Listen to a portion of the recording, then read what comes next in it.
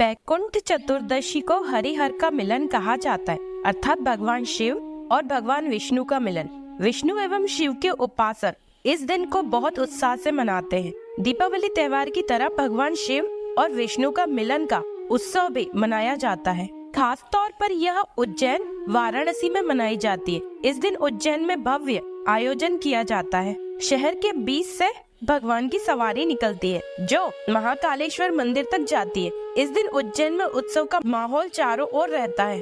बैकुंठ चतुर्दशी कार्तिक पूर्णिमा के एक दिन पहले मनाया जाता है। एक ऐसा त्योहार है जहां भक्त भगवान शिव एवं विष्णु दोनों की उस दिन एक साथ पूजा करते हैं। यही वह दिन है जब भगवान विष्णु को वाराणसी में काशी विश्वनाथ मंदिर में विशेष सम्मान दिया जाता है तथा मंदिर बैकुंठ धाम की तरह सजाया जाता है। भगवान विष्णु भगवान शिव को तुलसी पत्तियां प्रदान करते हैं और भगवान शिव बदले में भगवान विष्णु को बेलपत्र देते हैं। बैकुंठ चतुर्दशी की पौराणिक कथा है। पहली पौराणिक कथा, एक बार की बात है, नारद जी पृथ्वी लोक से घूमकर बैकुंठ धाम पहुँचते हैं। भगवान विष्णु उन्हें आदर पूर्वक बैठाते हैं और प्रसन्न होकर उनके आने का कारण पूछते हैं। नारद जी कहते हैं, हे प्रभु, आपने अपना नाम कृपा निधान रखा है। इससे आपके जो प्रिय भक्त हैं वही तर पाते हैं। जो सामान्य नर नारी है वह वंचित रह जाते हैं। इसलिए आप मुझे कोई ऐसा सरल मार्ग बतलाइए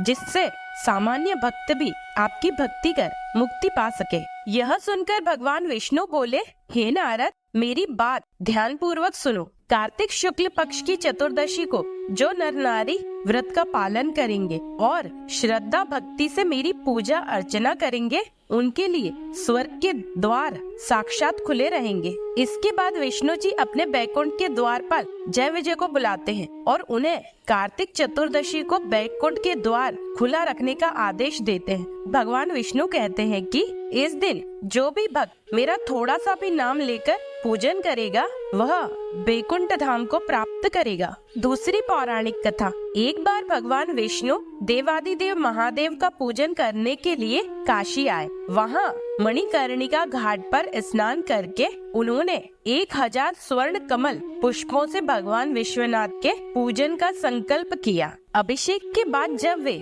पूजन करने लगे तो शिव जी ने उनकी भक्ति की परीक्षा लेने के उद्देश्य से एक कमल पुष्प कम कर दिया। भगवान श्री हरि को पूजन की पूर्ति के लिए 1000 कमल पुष्प चढ़ाने थे। एक पुष्प की कमी देखकर उन्होंने सोचा, मेरी आंखें भी तो कमल के ही समान है, मुझे कमल नयन और पुंडरीकाक्ष भी कहा जाता है। यह विचार कर भगवान विष्णु ने अपनी कमल समान आंख चढ़ाने को जैसे ही प्रस्तुत हुए, विष्णु जी की इस अगाध भक्ति से प्रसन्न होकर देवादिदेव महादेव प्रकट होकर बोले, हे प्रिय विष्णु, तुम्हारे समान संसार में दूसरा कोई मेरा भक्त नहीं है। आज की यह कार्तिक शुक्ल चतुर्दशी अब बैकुंठ चतुर्दशी कहलाएगी और इस दिन व्रत पूर्वक जो पहले आपका पूजन करेगा उसे बैकुंठ लोक की प्राप्ति होगी। भगवान शिव ने इसी बैकुंठ चतुर्दशी को करोड़ों सूर्यों की कांति के समान वाला सुदर्शन चक्र विष्णु जी को प्रदान किया। शिव जी तथा विष्णु जी कहते हैं कि इस दिन स्वर्ग के द्वार खुले रहेंगे। मृत्यु लोक में रहने वाला कोई भी व्यक्ति इस व्रत को करता है वह अपना स्थान बैकुंठ धाम में सुनिश्चित करेगा। तीसरी कथा, धनेश्वर नामक एक ब्राह्मण था जो बहुत बुरे काम करता था। उसके ऊपर कई पाप थे। एक दिन वह गोदावरी नदी में स्नान के लिए गया। उस दिन बैकुंठ चतुर्दशी थी। कई भक्तजन उस दिन पूजा अर्चना कर गोदावरी घाट पर आए थे। उस भीड़ में धनेश्वर भी उन सभी के साथ था। इस प्रकार उन श्रद्धालुओं के स्पर्श के कारण धनेश्वर को भी पुण्य मिला। जब उसकी मृत्यु हो गई तब उसे यमराज लेकर गए और नरक में भेज दिया। तब भगवान विष्णु ने कहा, यह बहुत पापी है, पर इसने बैकुंठ चतुर्दशी के दिन गोदावरी स्नान किया और श्रद्धालुओं के पुण्य के कारण इसके भी सभी पाप नष्ट हो गए हैं, इसलिए इसे बैकुंठ धाम मिलेगा। अतः धनेश्वर को बैकुंठ धाम की प्राप्ति हुई। इसलिए बैकुंठ धाम की प्राप्ति के लिए लोग बैकुंठ चतुर्दशी के दिन विधि विधान पूर्वक पूजन करते हैं। शास्त्रों की माने तो बैकुंठ चतुर्दशी के दिन जो व्यक्ति शरीर त्यागता है, ऐसे व्यक्ति को स्वर्ग की प्राप्ति होती है। इतना ही नहीं,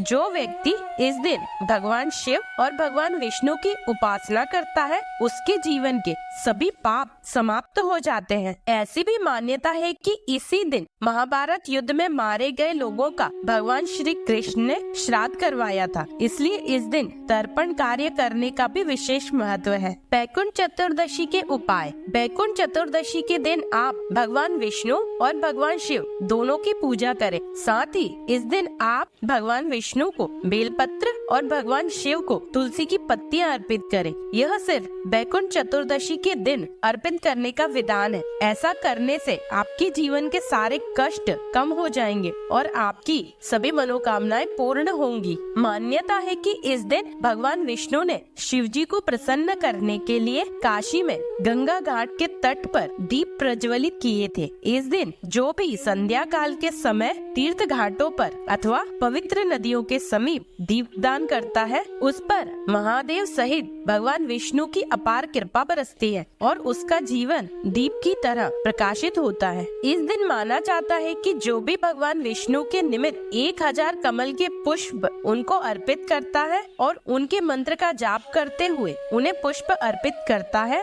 उसके लिए बैकुंठ के द्वार सदैव के लिए खुल जाते हैं और जीवन भर उसे अपार सुख मिलता है। महामृत्युंजय मंत्र का 108 बार जाप करें और विष्णु सहस्त्र नाम का पाठ करें। बैकुंठ चतुर्दशी पूजन विधि। इस दिन भगवान विष्णु की पूजा में धूप, दीप, चंदन, श्वेत कमल का पुष्प, केसर, चंदन का इत्र, गाय का दूध, मिश्री एवं दही आदि से अभिषेक करते हुए उनकी षोडशोपचार पूजा करनी चाहिए और उनकी आरती भी उतारनी चाहिए। यदि संभव हो तो श्रीमद् भागवत गीता का पाठ भी अवश्य करना चाहिए। भगवान को भोग में मखाने की खीर अर्पित करें। भगवान नारायण की पूजा के बाद विधिवत भगवान शंकर की पूजा करनी चाहिए। इन्हें प्रसन्न करने के लिए गाय के दूध और गंगा जल से इनका अभिषेक करना चाहिए। फिर पुष्प, बेलपत्र आदि से षोडशोपचार पूजा करने के बाद शिव जी के बीज मंत्र का 108 बार जाप करना चाहिए एवं आरती करनी चाहिए। जय हो लक्ष्मी नारायण भगवान की, जय हो उमा शंकर भगवान की।